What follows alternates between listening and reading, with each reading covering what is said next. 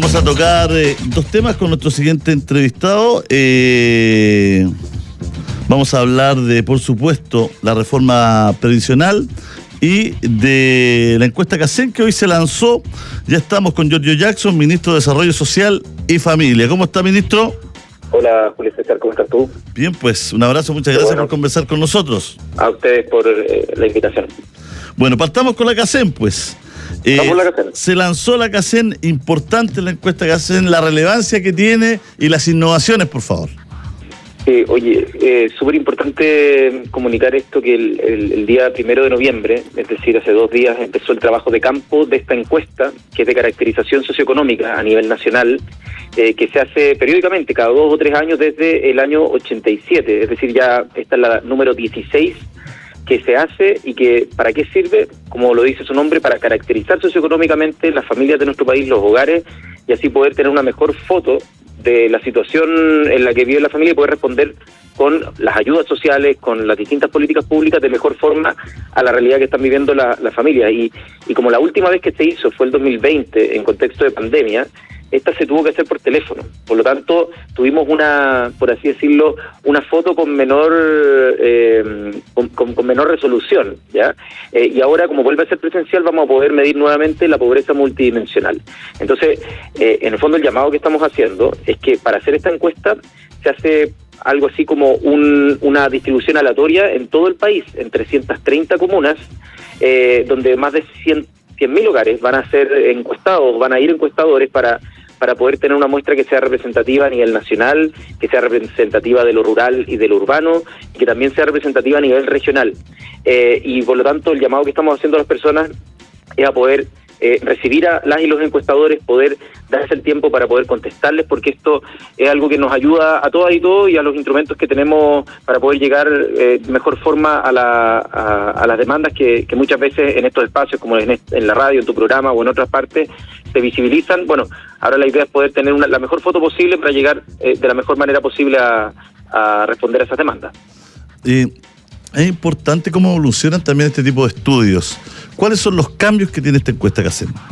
A ver, el primero, como te decía, es que hasta el 2017 las últimas 2 encuestas habían podido medir la pobreza multidimensional. Es decir, no solamente lo que se mide cuánto es el porcentaje de personas que están en extrema pobreza, cuántos son las que están bajo la línea de pobreza, sino que se creó este instrumento nuevo que es más exigente para medir las personas que están también en una condición de vulnerabilidad a través de distintos factores, que no necesariamente son los ingresos, sino la educación, la salud, la situación de la vivienda, la cohesión social o las redes, y también el trabajo, ¿ya? O la seguridad social. Y por lo tanto, todos esos elementos se meten en una ecuación para decir, mira, ¿saben qué? Si bien la pobreza por ingreso es un X%, la última vez fue 10, algo por ciento, bueno, la pregunta es, cómo se ve la pobreza multidimensional. En general es más alta porque es más exigente, y por lo tanto de esa forma nosotros podemos también encontrar políticas que aborden a esa población que, si bien no está debajo de la línea de la pobreza, está muy cerquita, es muy vulnerable a caer bajo ella.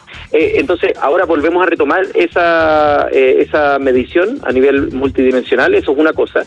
En segundo lugar, también en términos tecnológicos, esta edición tiene una innovación, porque toda la encuesta va a ser a través de tablet. Entonces, eso lo que va a permitir es que tengamos menos errores en la digitación. Por lo tanto, desde que el encuestador o encuestadora va a un hogar, le abren y pueden tener esta conversación para sacar los datos, hasta que esto va a llegar inmediatamente. Antes lo que ocurría es que muchas veces desde el papel al sistema habían algunos errores, y por lo tanto ahora esos errores se disminuyen prácticamente a cero. Y la tercera innovación, que yo creo que es importante, es que ahora por primera vez se va a preguntar en un módulo sobre la identidad de género y también la orientación sexual. Por lo tanto, son 2 cosas que muchas veces estaban invisibilizadas, y que para tener una mejor foto, la idea es poder que las personas puedan preguntar y responder de forma, con toda la privacidad que supone, con toda la protección de los datos, que puedan contestar libremente si es que lo desean. Recordar, Julio César, que esta es una encuesta que es de carácter voluntario, es decir, las personas no están obligadas a responderlo. Al mismo tiempo, todos los datos son recopilados por el Centro de Microdatos de la Universidad de Chile, es decir, no es el gobierno, sino que es un ente súper confiable como el Centro de Microdatos de la Universidad de Chile el que las recopila, y por lo tanto las personas pueden estar seguras que responder esto no significa ni perder beneficio, ni tener sanciones, ni tampoco ganar beneficios, es simplemente para que tengamos una mejor foto, una mejor radiografía de la situación de nuestro país, tanto en pobreza como en desigualdad. ¿Cuánto dura el trabajo de campo? El trabajo de campo empezó el 1 de noviembre y termina el 31 de enero, y esto supone un trabajo en 330 comunas del país.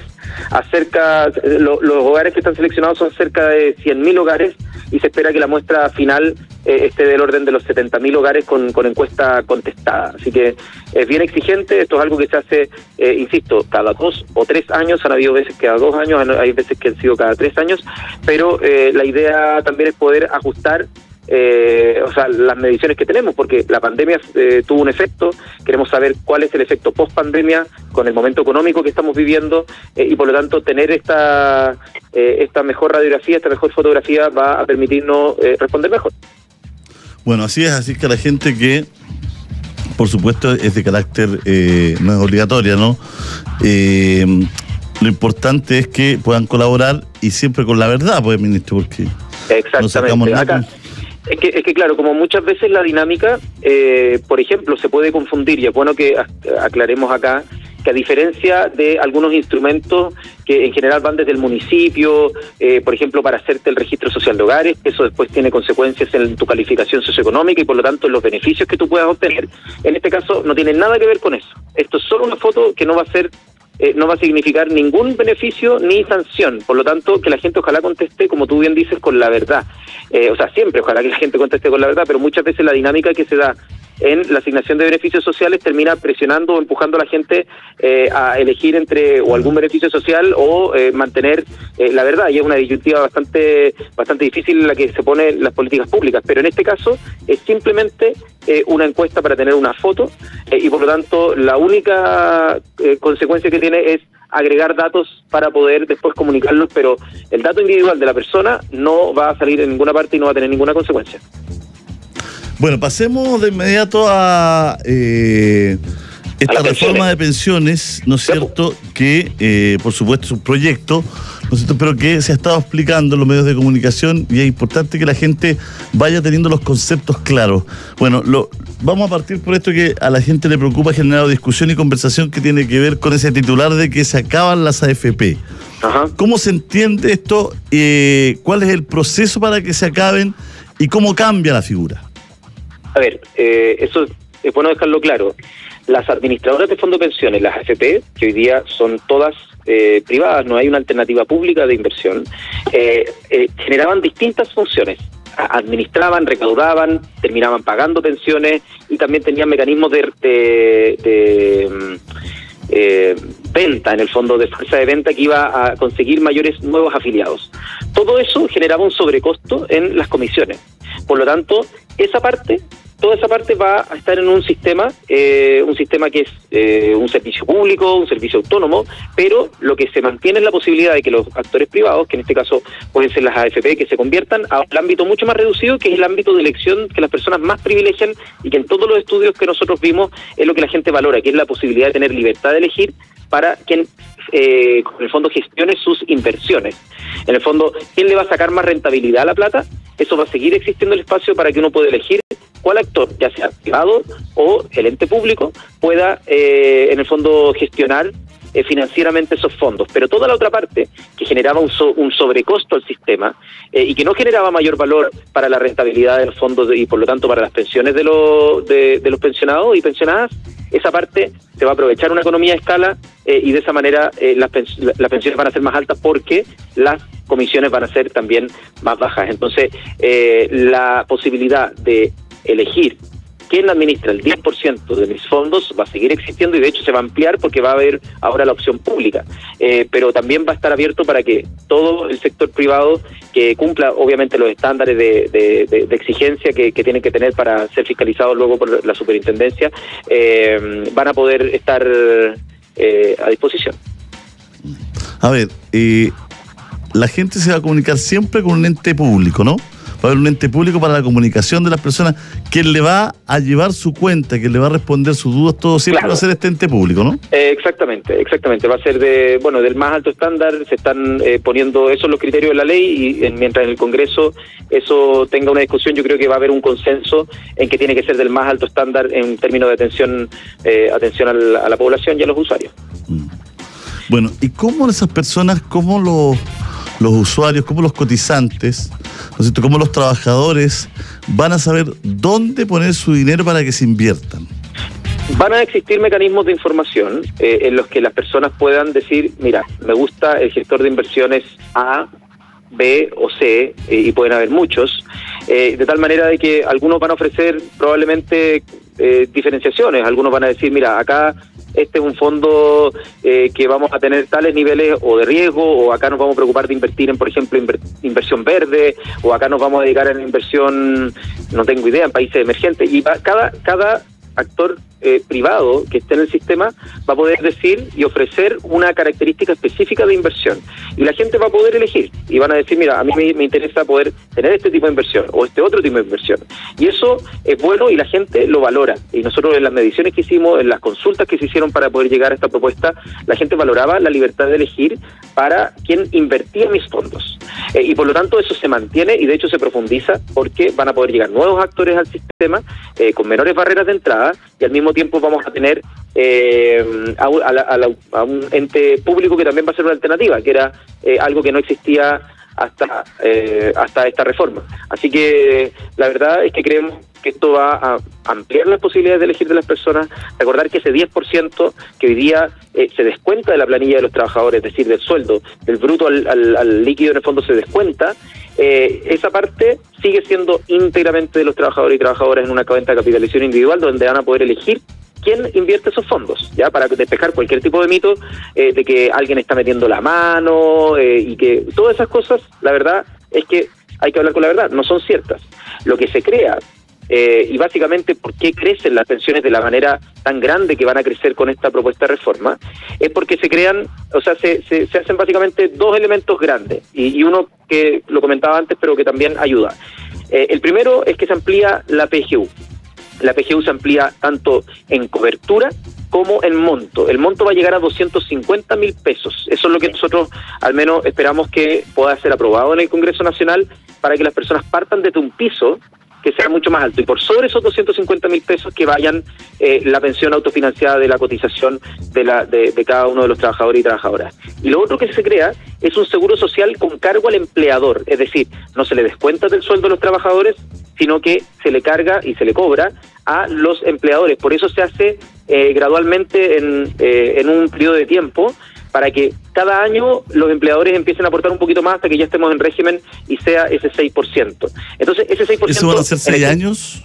6 años, esa es la... 5 o 6 años. Ahí te puedo verificar el detalle, está en la página web sistemamixto.cl, van a poder revisar todos los detalles. Pero lo que es importante es que esto no es plata que era de los trabajadores y que pasa a ser de otra persona, no. Esto es un cargo nuevo que lo pagan los empleadores y empleadoras, y que lo que va a permitir es poder mejorar las pensiones, como desde la entrada en vigencia de la ley a las personas mayores. Porque déjame ponerte un ejemplo. A diferencia, el actual sistema que tenemos nosotros, el 100% de la cotización va a la cuenta individual de los trabajadores. Nosotros mantenemos ese 10%, pero lo que se suma se acerca a las experiencias de los países desarrollados que tienen sistemas de seguridad social, porque de lo contrario, si es que ese 6% se agregara en la misma lógica, que es bastante extrema, pero en la misma lógica de entrar a la cuenta de capitalización individual, para poder obtener beneficios de ese 6%, tendríamos que esperar los 6 años que se demora en entrar en régimen la nueva cotización, y adicionalmente a eso se lo tendríamos que cobrar al trabajador, no al empleador, y además de eso tendríamos que esperar 40 años laborales para poder obtener los beneficios financieros. Por lo tanto, todas las personas mayores de, no sé, 20 años verían parciales o nulos beneficios de esa cotización adicional. Sobre todo las personas que ya están jubiladas verían 0% de aumento, cero, si es que fuese el 6% a la cuenta de capitalización individual, y todas las personas de más de 50 años, de más de 45 años, como ya están como en una etapa cercana a la jubilación, verían un aumento muy marginal porque los mayores ahorros en la lógica financiera y en la lógica de la exponencialidad del aumento por el interés compuesto se dan por la plata que uno empieza a ahorrar al principio de la vida laboral.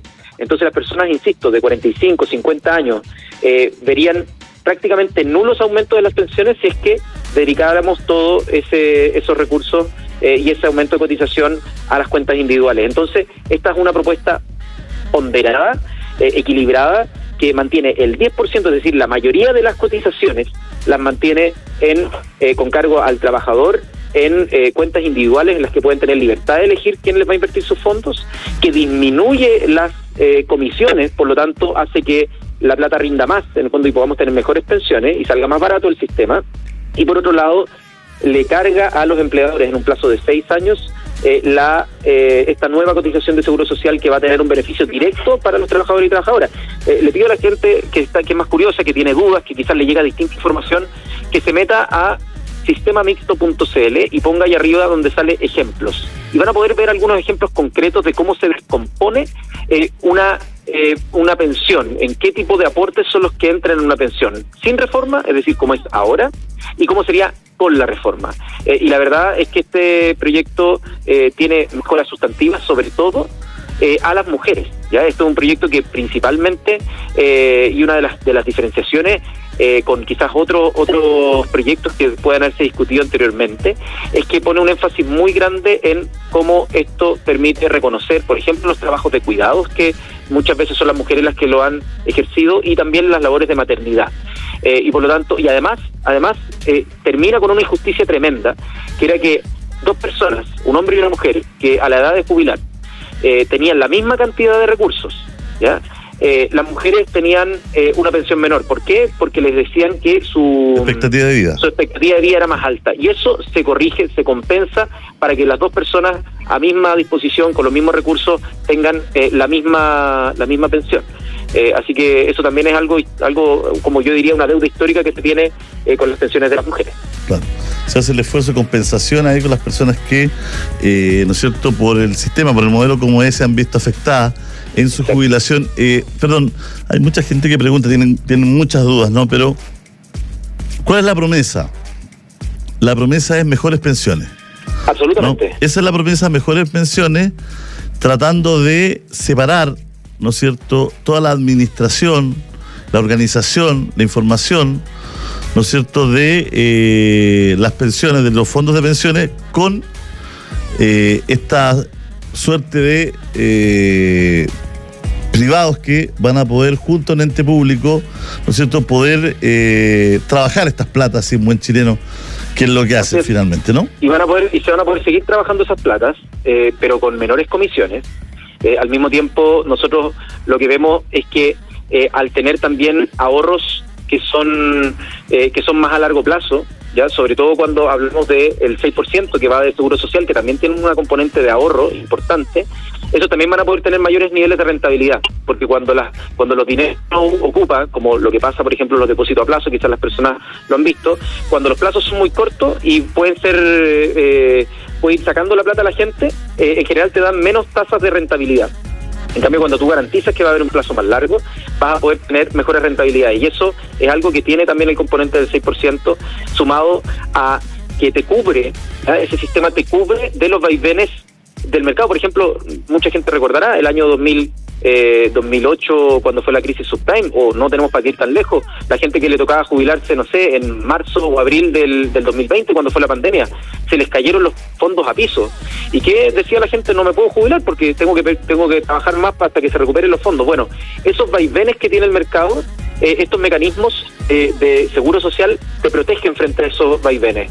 Y por lo tanto acá estamos combinando lo mejor de la capitalización individual con un sistema más eficiente, más barato y con libertad de elegir, con lo mejor del seguro social, que permite premiar el esfuerzo también, pero cubrir y reconocer las diferencias que existen en nuestra sociedad y empezar a pagar mejores pensiones desde que se promulgue la ley, de tal manera de que no tengamos que esperar todo el ciclo de vida de las personas y nuevamente frustrando la expectativa de las personas que quieren mejores pensiones ahora.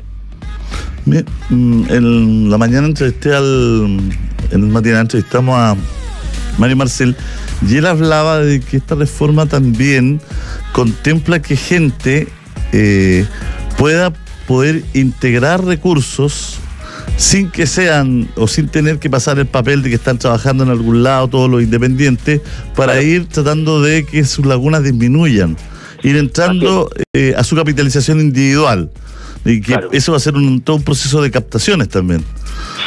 Así es, o sea, las personas que hoy día son independientes, las que boletean, o incluso las que tienen, que incluso están ingresando poco a poco al sistema, pero las personas que tienen otros ingresos que puedan ser de distintos niveles de formalidad, la gracia es que acá van a poder suscribirse a los beneficios del Seguro Social también.